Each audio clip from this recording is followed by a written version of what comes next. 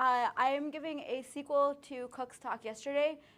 Because we're short on time, I'm going to speed through the review of it.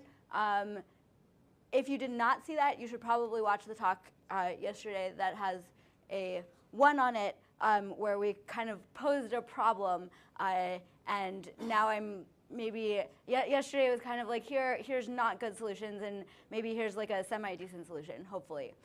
So this is a copy of the slide from yesterday. This is also a copy of the slide from yesterday. If we had time, I would talk about it more, but we don't. Cool. So what are we missing? The things that we don't have in this solution where we're using this dollar sign template is we don't have any template data or VE support.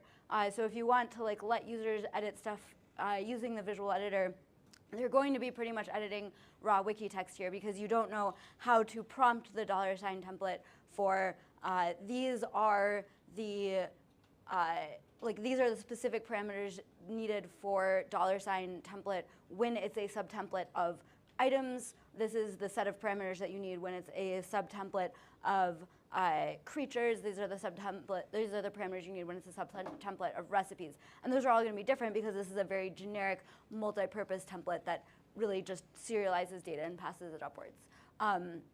So visual editor support and template data is needed.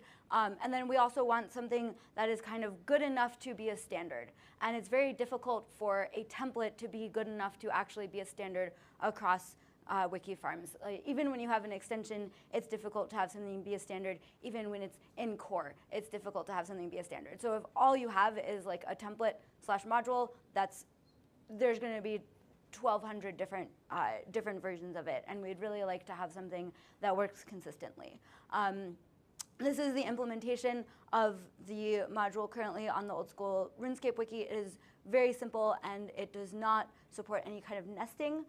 There was actually a really cool discussion about this topic of wanting structured data parameters in the MediaWiki Discord server. So if you are in the MediaWiki Discord server, look at the wiki text channel, and if you're not in that server, join the server and look at the wiki text channel. What's the name of the channel? It's wiki text? Yeah, wiki markup, the wiki markup channel. And as a result of that, actually, Petra Magna wrote this module on the Mirahis dev wiki. If you look at my slides, that's a link. This is an example of nested code that would work with this module, which can also be a template. It's still not very much code. You get some tests added to it. You also get the ability to do nesting, which is cool. It still does not have any kind of visual editor support whatsoever. You're not going to be able to get a nice thing when you're editing your templates in Visual Editor that says yes, when you are the address parameter inside of person, you expect to want a street, a city, and a state, and then presumably street, city, and state could all be typed, where state also has a dropdown. You're not getting anywhere near that, and you really want to be able to have your stuff have types, and you want to know what stuff you're getting. So my proposal of how can we make this maybe not suck quite as much is to do it through an extension that has hooks into template data and Visual Editor. I think that we have to add a very sad little colon after this dollar sign, which just is tragic to me. I really don't like that. But I think we do need the colon very, very sadly. If there's any way to do a parser function without having the colon, that would be great, but pretty sure there's not. So that's a little bit sad. But if we just add a colon after the dollar sign, we should be able to do it as a parser function. We should be able to hook into template data, hook into Visual Editor so that we can actually get something where in template data you're saying, okay, so I have this template that is maybe recipes, and recipes is going to expect a parameter called items, and each item is a type of item. And now I'm going to define a type item. It's a little bit questionable how you define the type item, right? Maybe you're defining this, maybe this has to be done in extension config, maybe it's done inside of each template, maybe there's some kind of system message where you're defining the types. It would be cool if you can reuse types across multiple templates so that if you have 5 different types of recipe templates, you can reuse the item type, and then if the game adds like some new field to item, I'm sorry, I'm assuming this is a gaming wiki, but it could be not a gaming wiki.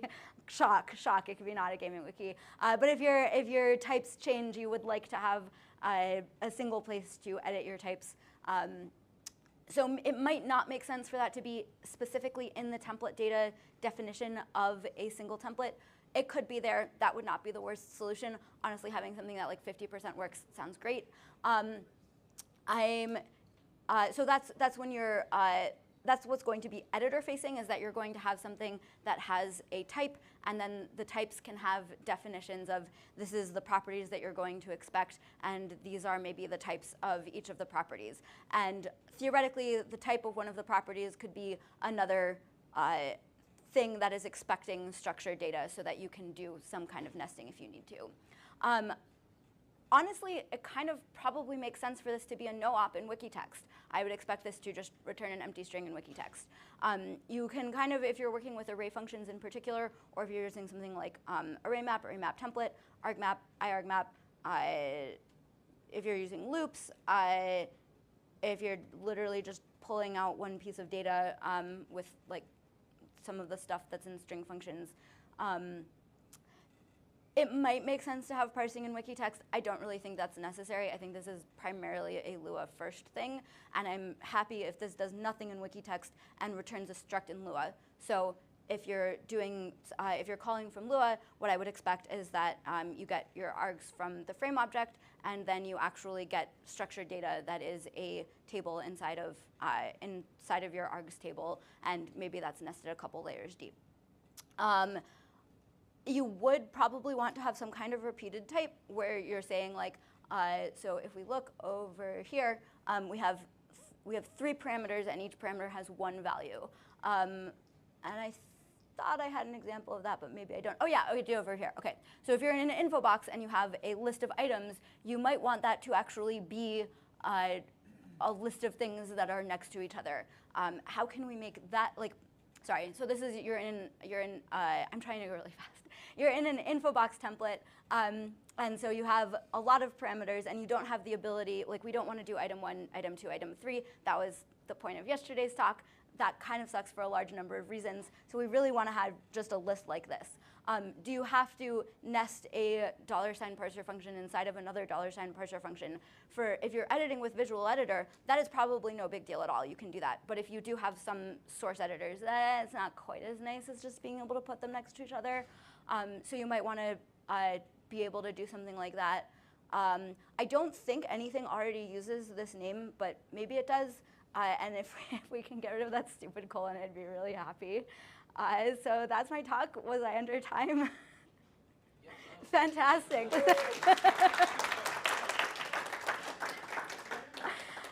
Any questions? And I will just repeat it back. So yes, Rich. Yeah, why not get rid of the first pipe? Oh yeah. Okay. Well, so